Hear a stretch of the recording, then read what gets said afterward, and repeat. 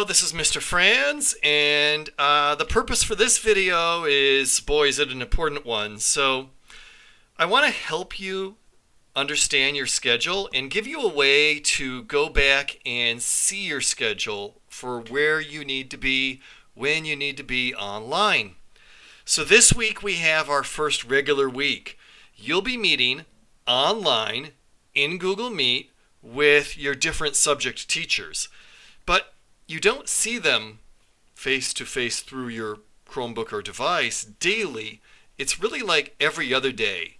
And the other time that you're not with them face to face through the computer, you are doing independent classwork for that class.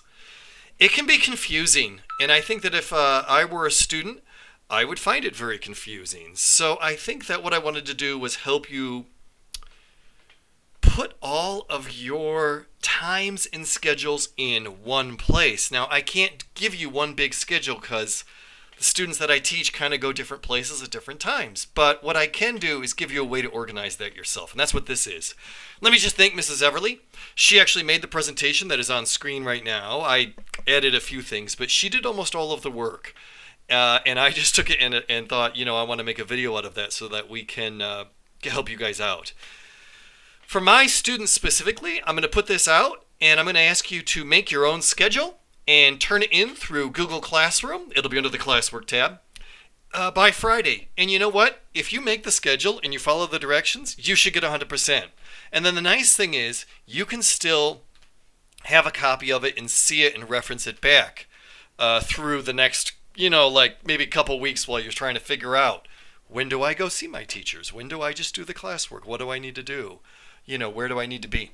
And I think this will be very helpful for parents as well. So let's take a look. So you've got a secondary schedule. All of your teachers put on Google Classroom the ABCD when you're supposed to come and see the teacher's schedule.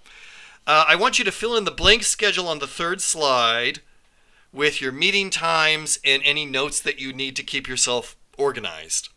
The first column, I'm going to show you a sample in a minute. The first column should have your time and hour.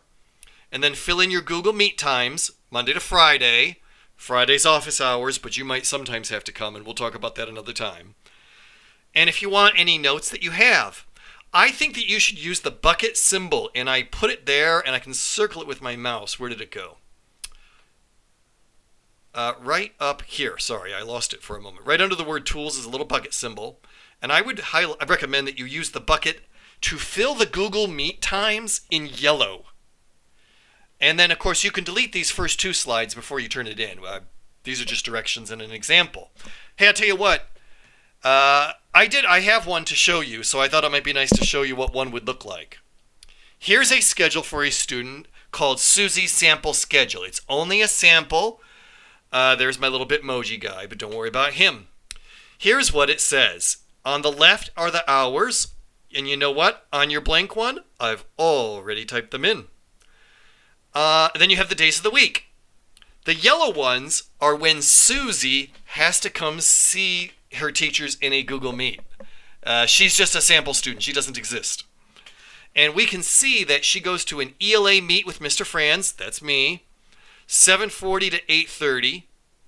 And then the other hour, English is a 2-hour period. You'll remember that from last week when we were talking about it. She has her independent work. Then on Tuesdays, she doesn't see Mr. Franz, so it's just work during that period. Then Wednesday, she comes back and sees me, 7:40 to 8:30, and then does work. And then on Friday, she has her assignment time to make sure things are in. Then I guess, I don't know what your schedule is, but she goes to a made-up teacher called Mr. McDonald or Mrs. McDonald here, and she does a science meet. She did the right thing. She wrote the times for the Google Meets under those because actually she doesn't even meet the whole hour. She only meets for 20 or 25 minutes. Then she's got her math and her social studies, her math essentials, and I guess she's got a health class as well, Mrs. Shapin or whatever they're down there. I don't know these names. They're just sort of on here. Mrs. Everly made these names. They're very great. So if you look through, she can pull this up and she can look at it and go, hey, it's Tuesday. Where do I have to be? Hey, at the beginning of the day, I can just do English work and see what I did. Maybe Mr. Franz taught something on Monday, and I have Monday, Tuesday, I got to get it done. For some of you, you don't see me Monday. You see me Tuesday.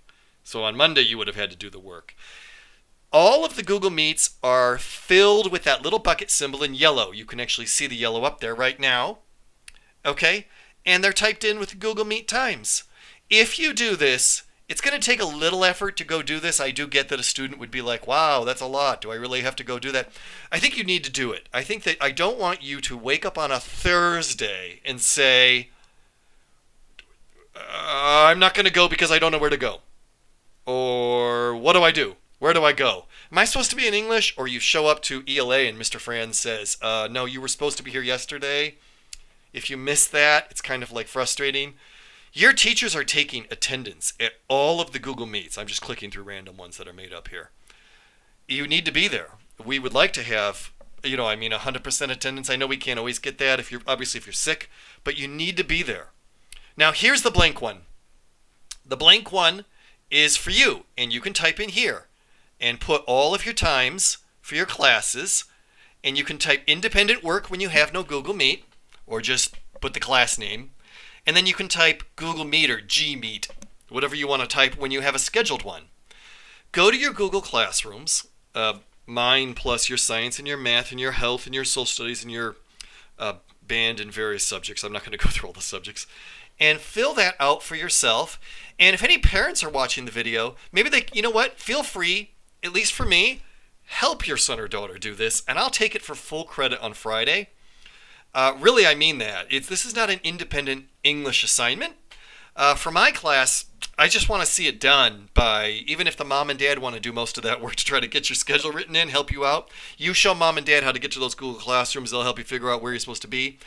I think that'll be very helpful for my students. I think it'll be helpful for anyone. If I were a parent who had a son or daughter in this situation, I would really want this. And so I think it's a great thing to do. So for my class, by all means, fill it out, turn it in on Friday. I'll definitely send it back to you so you have a copy. Maybe you want to screenshot it, send it to your phone, print it, and put it on the fridge. I really don't know what you want to do. But my point is that this will be really helpful. And if you want to show it to other teachers and say, hey, Mr. Chatta, hey, Mrs. Baywall, when can you help me? Go to that Gmail and email them and say, hey, when was my Google Meet? I know you're probably tired of having to say that to everybody, but is it on your classroom? Can I see it? I'm supposed to write it in my schedule. This will help you get perfect attendance at your meets, which is when the teachers are doing the teaching part where they're talking to you. Great.